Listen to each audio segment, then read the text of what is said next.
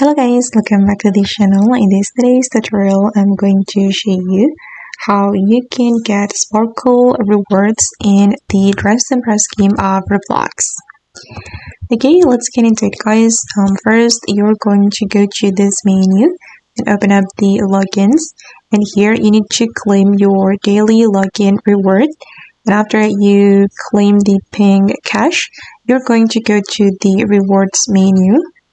Okay, and here after you claim your pink cash reward, you'll get the sparkle, and you can use the sparkle to claim item from here.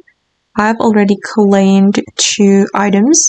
The first one is the DTI bag, and the second one is the Midnight Muse shoes.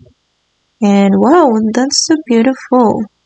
Make sure that you always claim the daily login reward to earn this sparkle currencies, and then you can use it to claim reward from this list, the sparkle rewards.